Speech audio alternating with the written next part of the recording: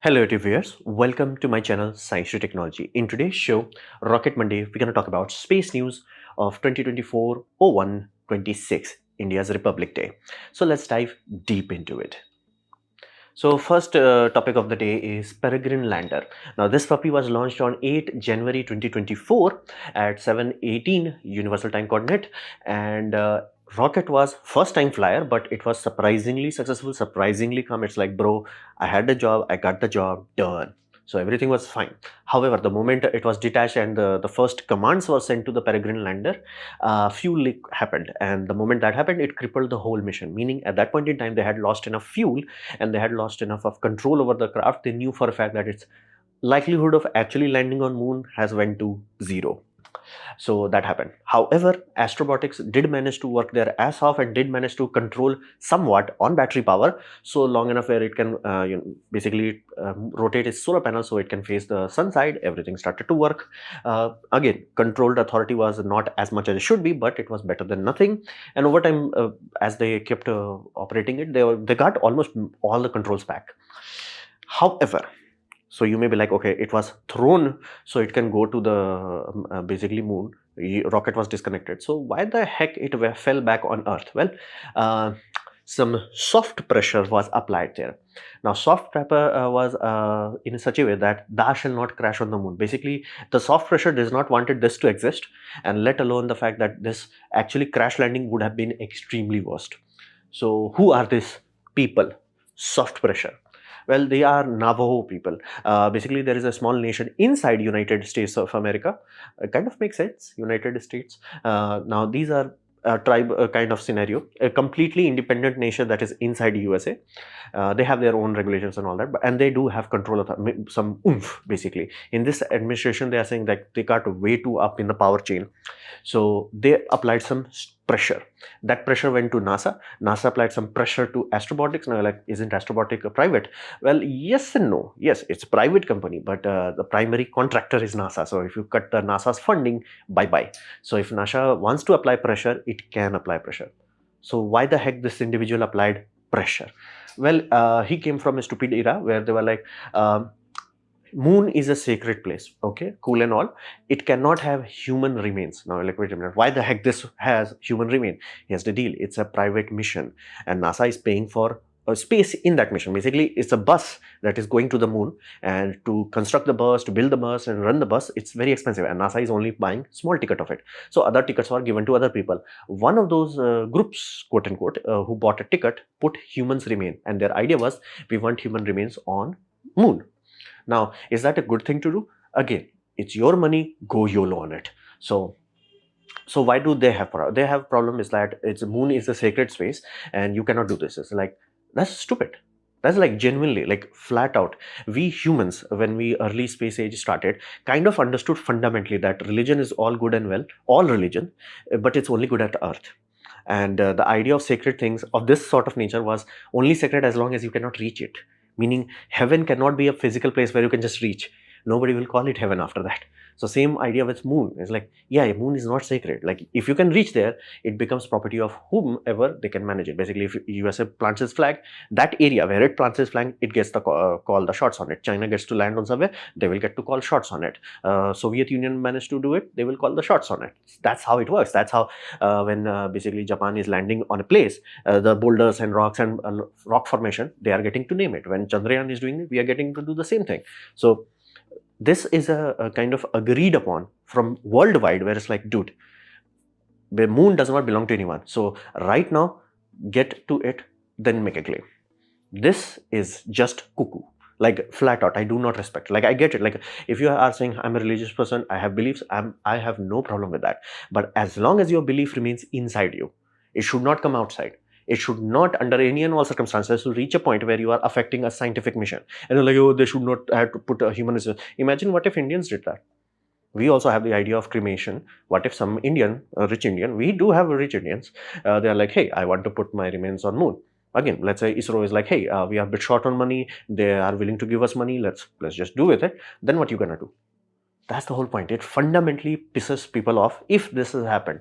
More and more likely it actually that's what happened, because, like, think of it this, like, you sent something to moon without even guidance, it would have gone to the moon. All you would have needed guidance for is just like circularizing the orbit. So how the heck it just made a U-turn? It was commanded to. And be mindful, why people are so confident that it would have reached to the moon without causing any extra boom events and all that.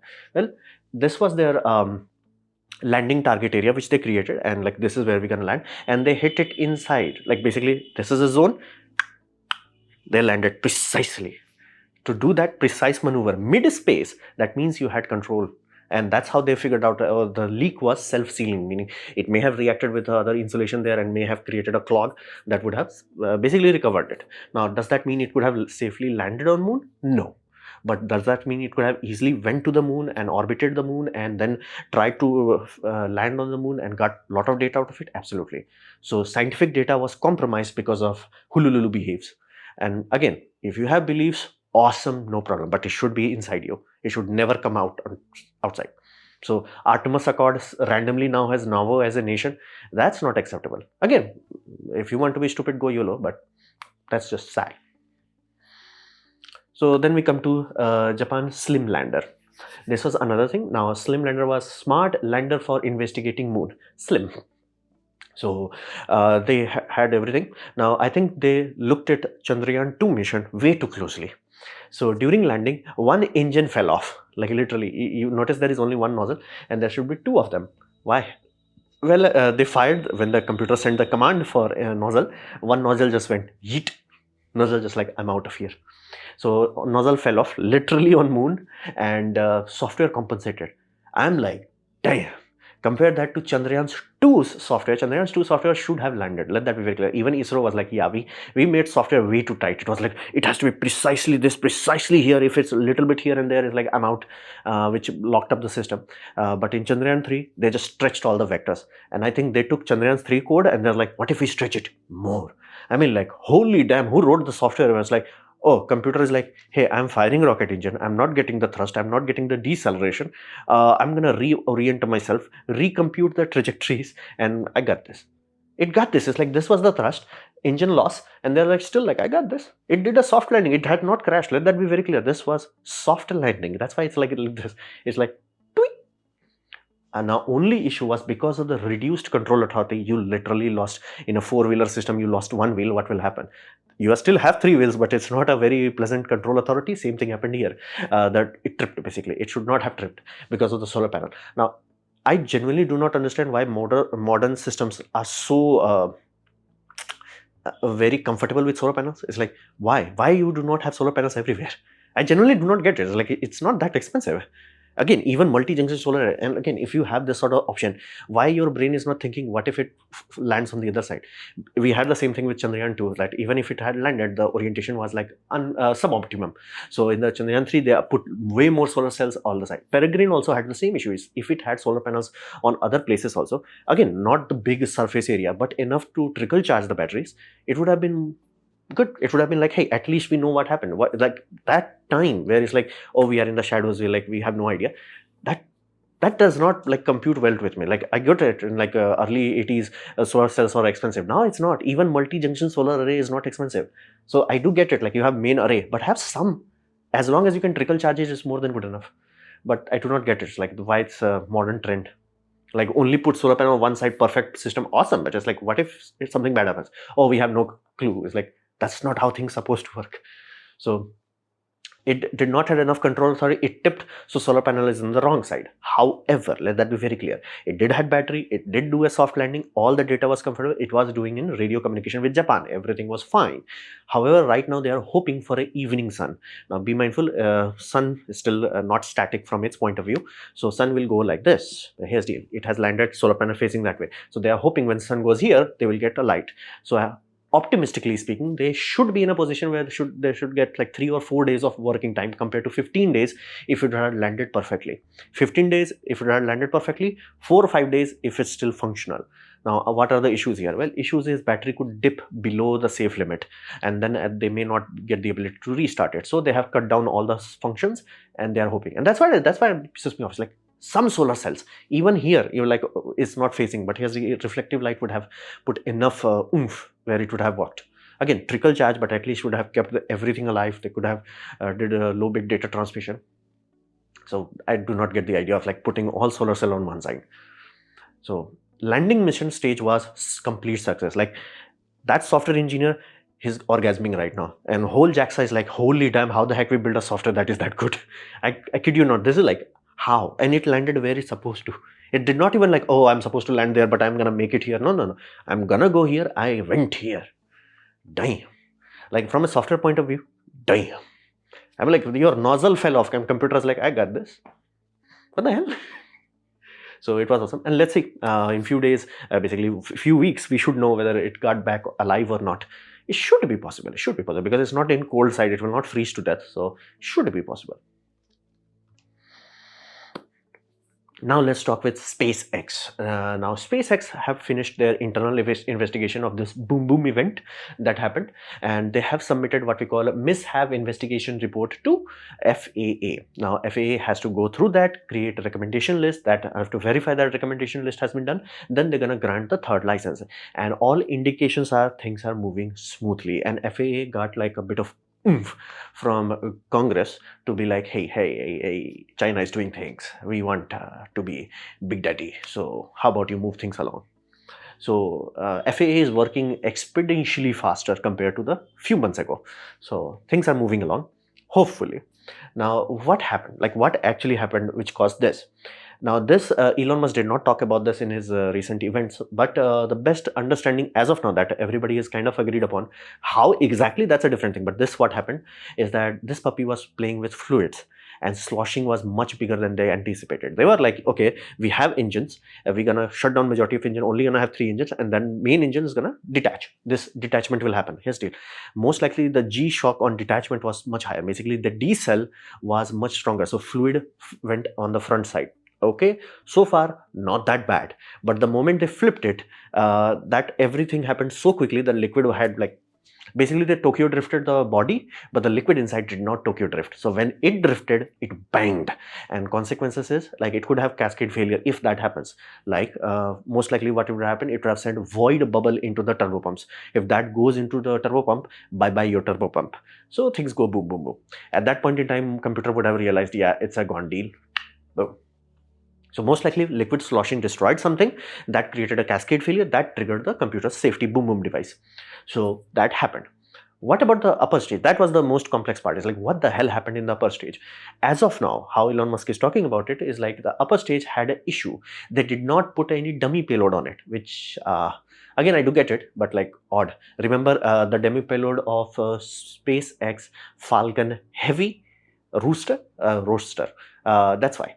Like there has to be something, because a rocket is designed to work against something. It's like, oomph. And if you design it to 100 ton and you put nothing, it's like, it's too uncontrollable. So they were dumping liquid oxygen. Now it caught on fire. Now question becomes how it can caught on fire. Well, there are two things to about it. First, you have ignition source that's a giant ass rocket engine. So which, think of it this way, it's a turbocharger flamethrower. So ignition source is not an issue. You're talking about liquid hydrogen. It has this naughty ability to make metals catch on fire. So yeah, I do, like people are saying, what else it would have needed something else. Yes and no. Yes, again, to cause like a really big substantial damage, it may have required something else. But if liquid reaches as a liquid to some places, everything will burn, like everything. The insulation, heat, tile, if you saturate that puppy with a liquid oxygen, yeah, it's gonna burn. And of course, all it has to do is cause minor damage to something else, which could have caused methane leak, then it would like boom boom. So as of now, they are like, if we had payload on top of it, where it was like, you know, it's like it would have worked perfectly. As of now, as that's their expectation. So Elon Musk is very confident for the third launch. And what about the overall score? They are doing surprisingly well. Surprisingly well, given the fact that booster is already a success. Like, didn't it blew up? Here's the deal.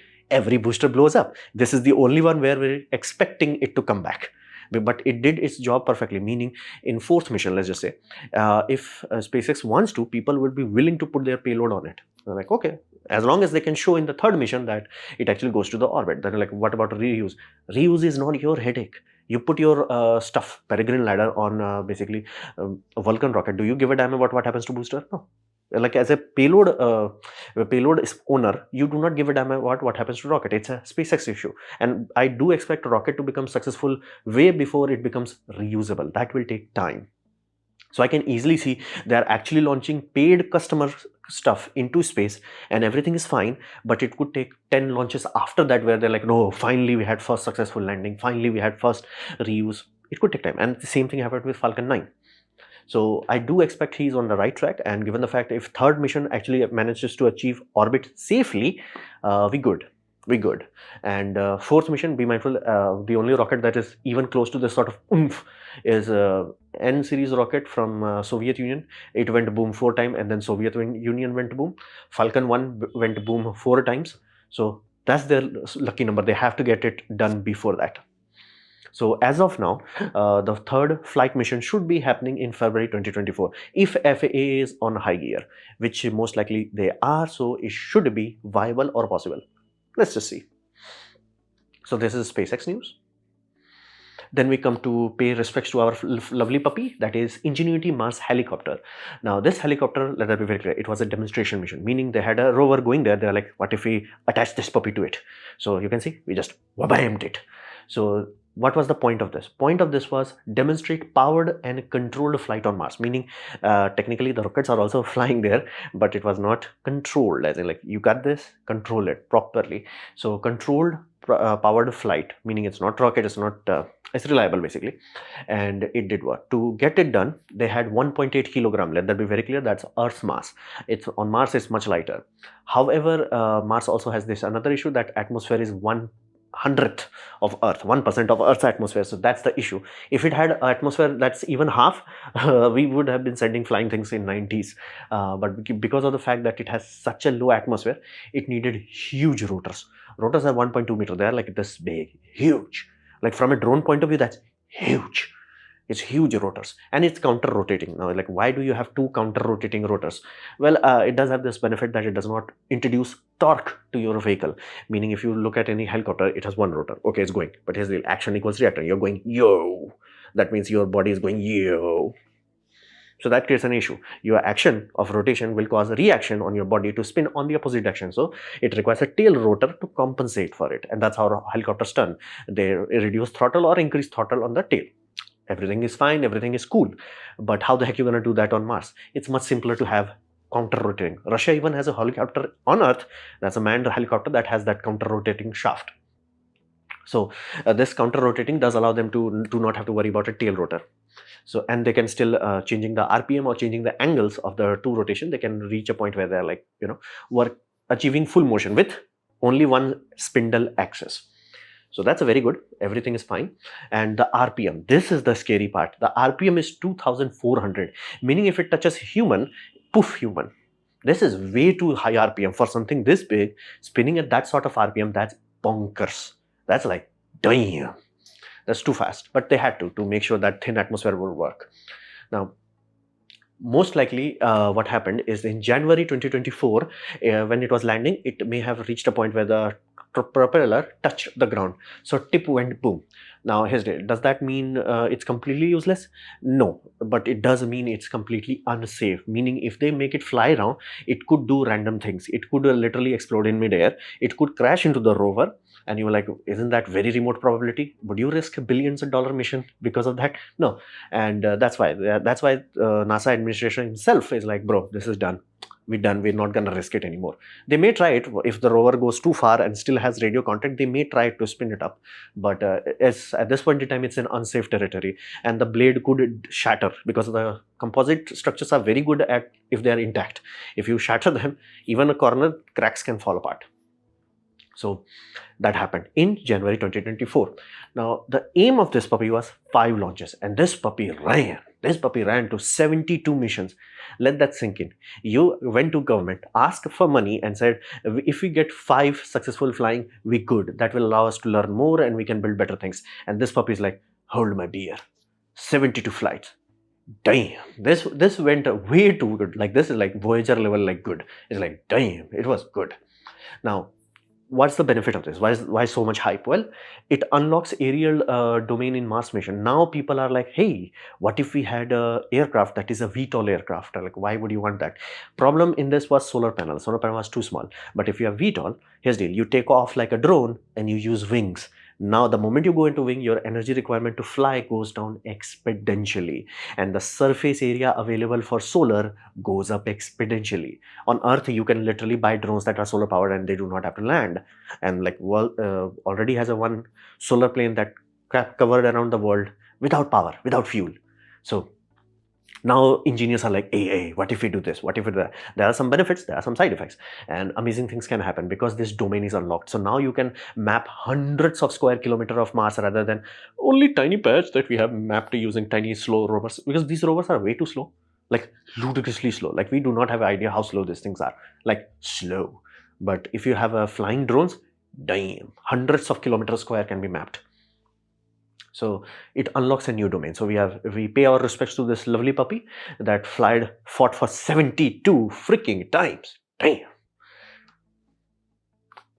Now we come to the sad part, that is Artemis II is delayed. So in 9 January 2024, NASA announced it. Now, it was not a surprise to anyone who understood how mathematics worked. But at this point in time, Artemis 1 is already done. Artemis 1 was this. Artemis 2 is in September 2025, supposedly, hopefully, or at the earliest. So, yeah. Now, what the heck happened? Well, what happened was China was doing hulululu and American politicians were doing hulululu. So American politicians were like, we need to go to the moon before China goes there. So 2024 date was created. Now NASA was like, cool man, we got this, we good. How about you give us money? Like, be mindful. That's exactly how NASA went to moon last time. But that time government was like, okay, I got you back. You take us to the moon, we give you 4% of the goddamn national budget. And to give a context, how much is now? 0.4%. It's not happening. So everybody knew from day one that 2024 target was not happening. It's just like, no, the government does set a deadline but did not give the money. It's not happening. So yeah, that's not happening. So, but this mission did happen. Artemis 1 did happen. The launch happened. The capsule landed. All that happened. And then the list of research articles came up where it's like, yeah, we need to figure out why the heck heat shield erosion is happening worse than they were expecting. Be mindful, this is a depleting heat shield kind of design. So they were expecting like some amount of it wear out. But here's the deal. If your calculations are correct, the wear must be below your expectation. If you're like, I'm expecting, let's say 10% of thickness wear down, you will design in such a way that even 20% goes down, you are good. But if it goes below 20%, that means your calculations were off. That's what it happened here. The calculations were off. So the heat shield erosion has to be re-looked at, like redesigned, re-evaluated, and basically, again, it would have been safe. If there were human inside, they would have been safe. But it's like, why? Again, unknown variables are not acceptable. So that requires rework. Then you have life support system was also throwing up error where they're like, valves may not work. Now, is valve important in this puppy, in life support? Let that sink in. It was affecting the CO2 scrubbing system. Is that important? CO2 in a enclosed space like this puppy, at 13% of CO2 concentration, you're dead, bro. You're dead. Done. Go home. So that's a very significant issue that life support system threw up an error. And then you have launch abort system. They were noticing the power draw. They were noticing all the voltage bus, V bus and all that. They realized a very weird part is that if they trigger a abort system, again, you may run a simulation where we not trigger abort here, the electrical load of triggering that system may put this into a bad position, meaning the electrical V bus, as they say, can go down so low that it could reset the computer. That's not a good thing. So a launch abort system also requires a rework, reinforcements, and that's why you will hear like they are reinforcing the batteries vibrated too much and all that. Not a good system. Let's just sink in. That Orion is not good in currently. It needs bit more love, bit more elbow grease before it's safe for human. But again, that's why we do Artemis 1. That was the point of it. We did it, we got it, and core systems are overall intact. We just need a bit more oomph to it to make it really safe.